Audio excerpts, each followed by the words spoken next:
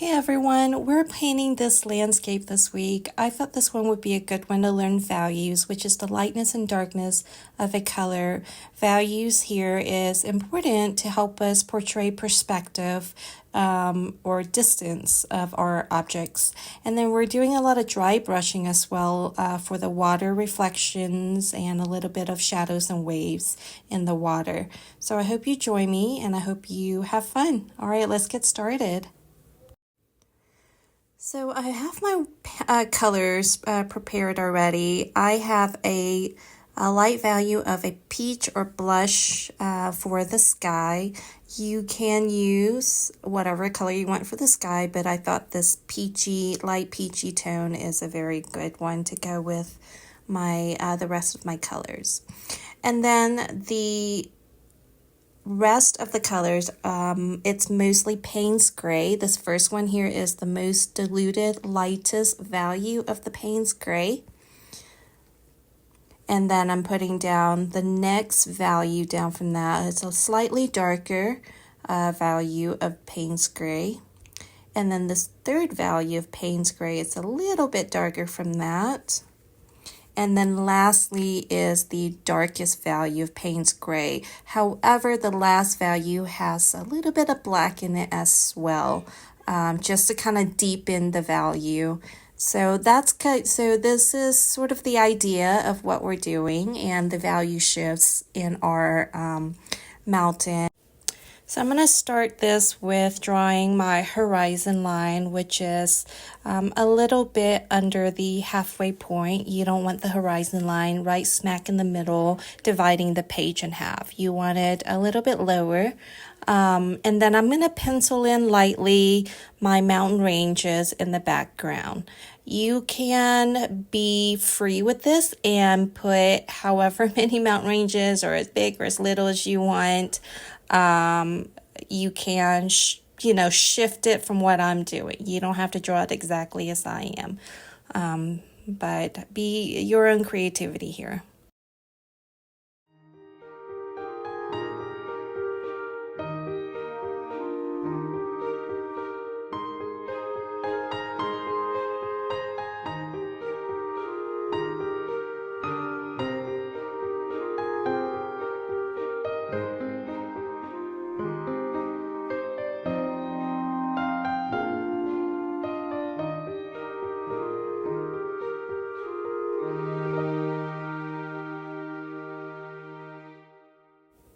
So we don't need any details. This is not a detailed painting at all. And so this is good enough of an outline for me. And I'm just using my eraser to lift off a little bit of the pencil line so it doesn't show through to the final painting. But, leaving just enough so I know where I'm at. There is still a guide for me. Then we are going to use clean water to wet the sky. Avoid your, kind of paint around your mountain ranges.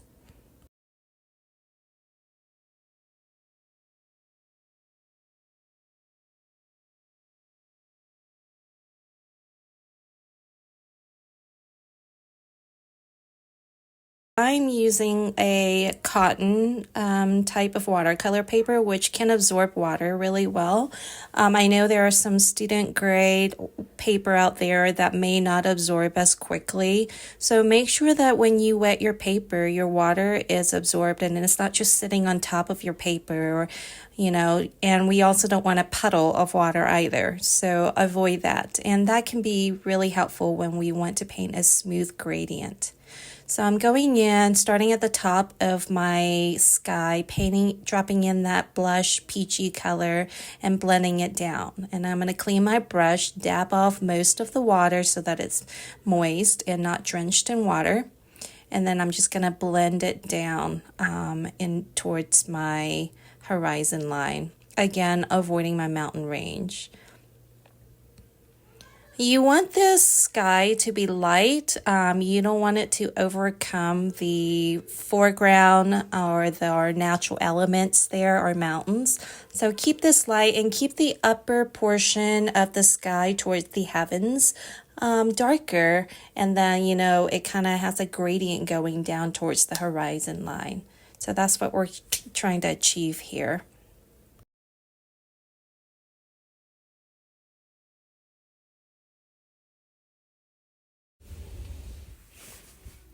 I remember that when I first started painting watercolor, I really struggled with gradient, and I think that what really helped me improve was, well, first of all, the right kind of paper, but also learning how to control or learning how wet my brush needs to be to achieve what I want. So as I'm blending my sky down and keeping it light, I don't want a lot of water on my brush. I think that would drop too much water onto the paper and it would just push all your pigments all over the place. So, keep it moist and clean, and then be very gentle and soft with your brushing. And so let's move on to the first mountain. Make sure your sky is dry. We are using the lightest value of the Payne's Gray.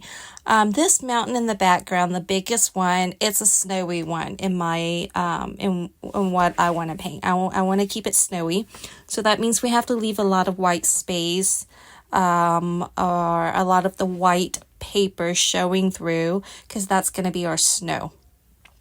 And I am using the lightest value of Payne's Gray because this mountain is furthest away from me as well.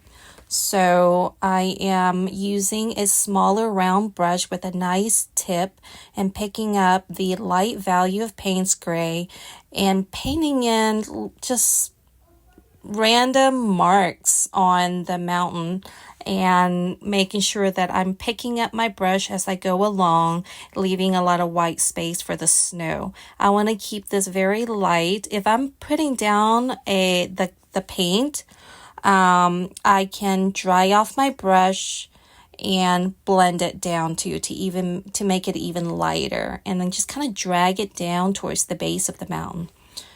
And yeah, there's really no template for this. Just kind of be random with your marks. Use the tip of your brush.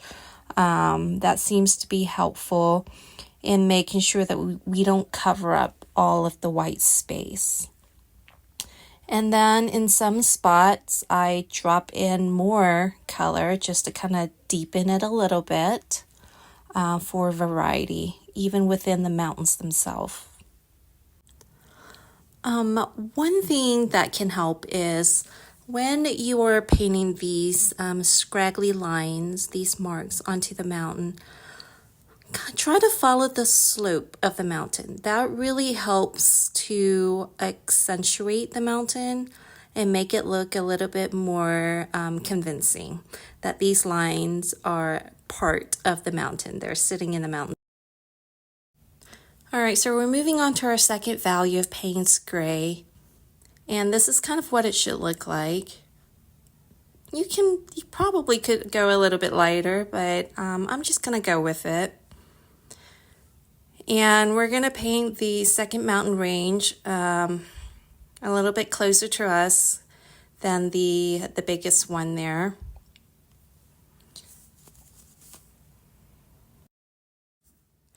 And also, as you're making these mixes, remember that your watercolor is going to dry lighter than what it actually looks like when it's wet. So keep that in mind when you're painting or when you're making your colors. And I realized that you can go ahead and just paint over sort of the last mountain range as well. And if your closest landmark is kind of jutting above, kind of overlap the mountains in the background, you can even paint over that. So the reason is because you're gonna put a darker color on top of it anyway, so it's completely fine to cover it up for now, or you can avoid it. Make sure your horizon line is straight. That could be very helpful. I'm not good at that, but so I'll try my best, but use the tip of your brush.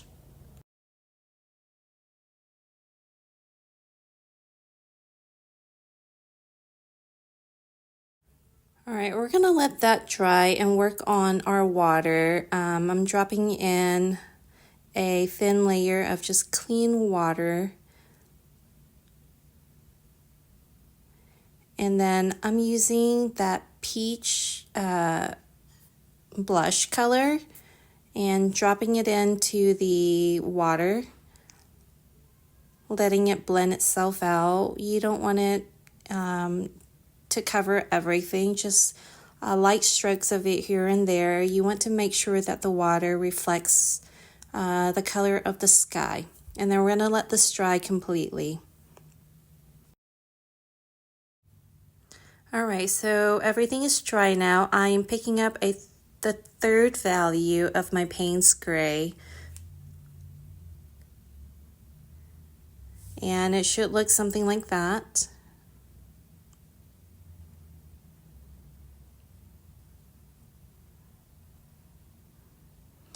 And once you're happy with that, we're going to go in and paint the last mountain range or a foliage line there in the distance. Make sure your horizon line is straight again. I'm using my smaller round brush because it is a smaller subject, to make sure that I, keep it nice and clean. Vary the brush strokes. I think I'm pretty much painting a tree line actually instead of a mountain range, but it can be a mountain range for you. You can draw a small mountain instead of a tree line like I'm doing.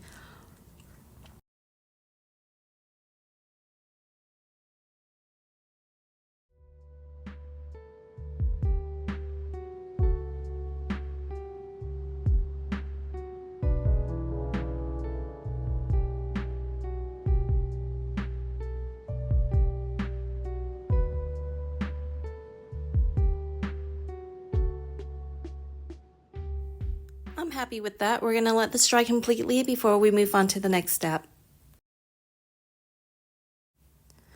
I'm using my big brush here. I'm dropping in a little bit more of that peach blush color, particularly sort of at the areas closest to us there. And then gently blending it out. You don't want a lot of colors here. You just want to add a touch of that peach from the sky into the water. I'm only doing this because I thought my peach, the first layer of it dried too light. So that's the only reason why I'm adding it. If the peach of your water is vibrant enough, or it shows up enough, then you can skip this step. You may not need to do this. All right, so my dryer died during this recording, so we're gonna try this the old-fashioned way. But make sure this is dry 100% before we move on to the next step. So it's dry. I am using the smaller round brush that I have with a nice fine tip, and I am using a mid value of my Payne's Gray, and we are going to paint in the shadows or the reflection of the distant mountain range. And my brush is mostly moist, not wet, not too dry, it's moist, and I have a mid-range value, and I am painting in strokes there, lifting up my brush, leaving white space in between my strokes. I am painting in the reflection, but also leaving white space to communicate sort of movement and waves in the water. Take your time with this step, but make sure that you are paying attention and not covering up, all of the white of the paper. You want some of that peach, some of that white to show through in between your Payne's Gray strokes in the water.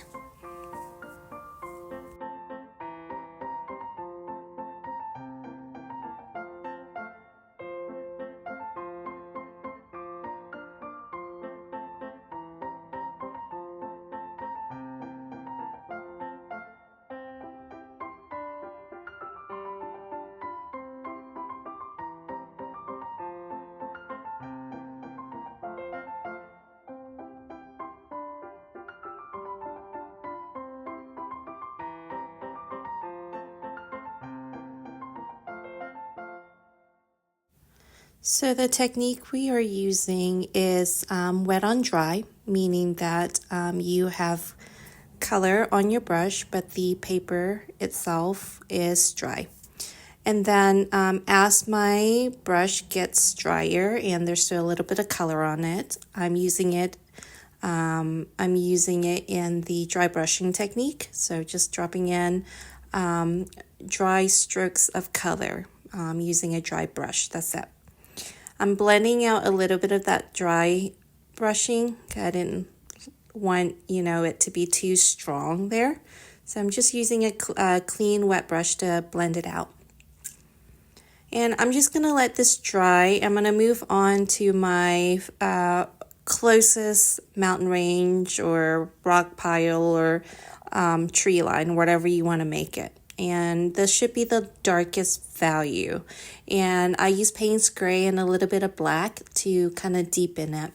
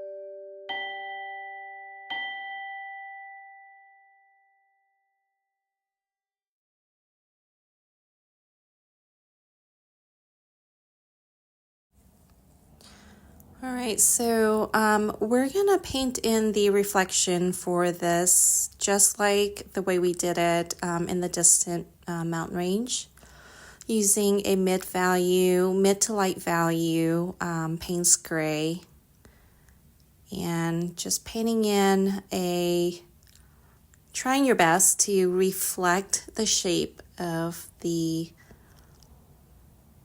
object into the water. Again, making sure that you are lifting up your brush and leaving white space.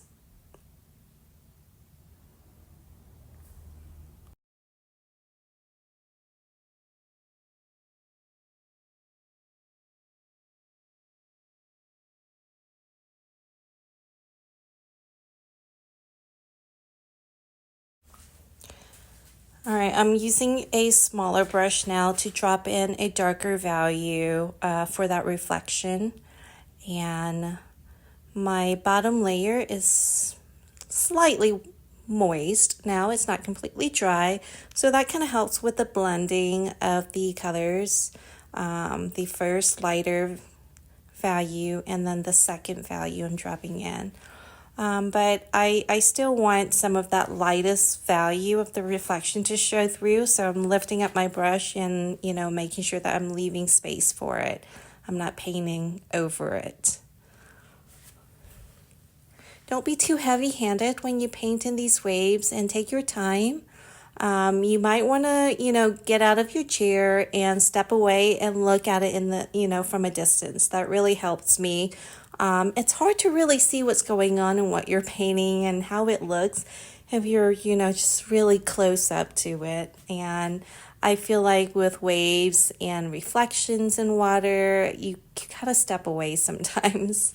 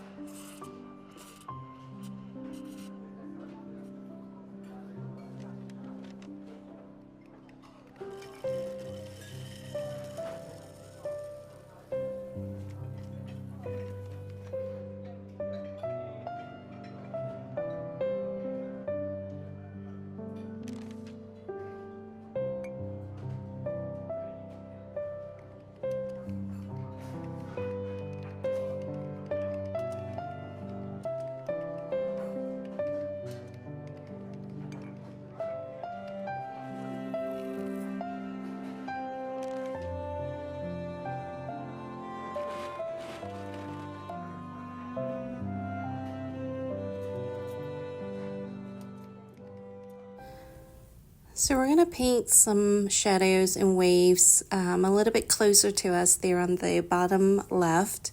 I want these to be a little bit wider compared to the waves going into the distance because it's closer to us. And make sure that you bring your wave lines all the way across the page because the water continues all the way across, even though our land there is kind of jutting up. And another aspect of this is that you want to make sure the base of your reflection is dark. So when your layer is dry enough, drop in some darker color there at the base of the reflections.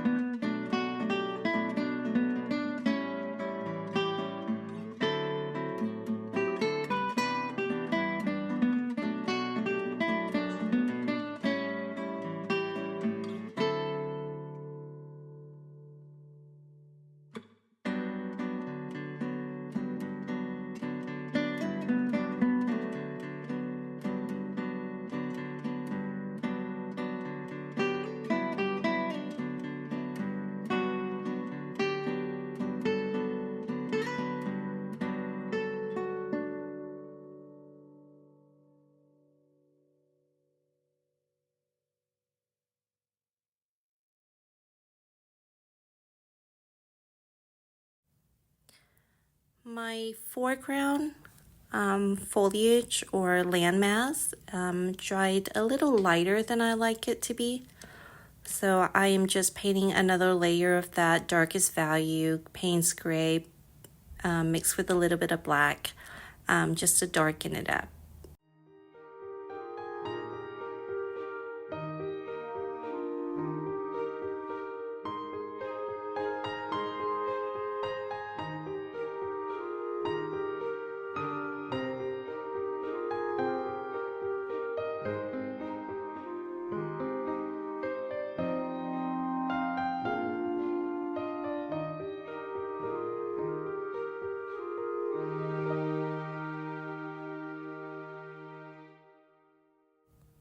The thing about watercolor is sometimes you can work on one part of your painting and then you move on to the next part, and then you find yourself having to go back to the other part because, you know, it dried differently or it dried lighter than you were hoping it would be.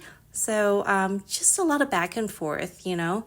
So take your time with this and see what yours need.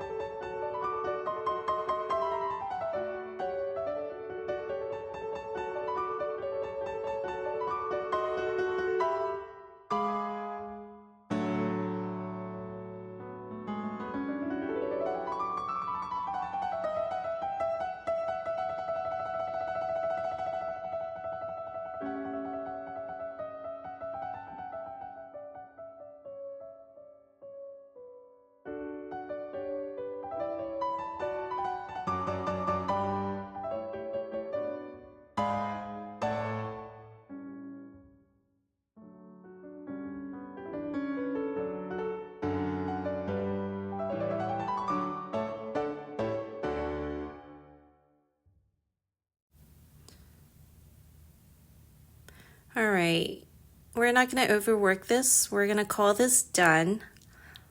And we're going to peel the tape, which is my favorite part. And yeah, I hope you guys paint it with me or give this a try later. If you have any questions or comments or any advice for me too, because I'm always learning, please feel free to leave me a message or a comment underneath. And yeah, thanks so much for watching, guys. See you next week. Bye.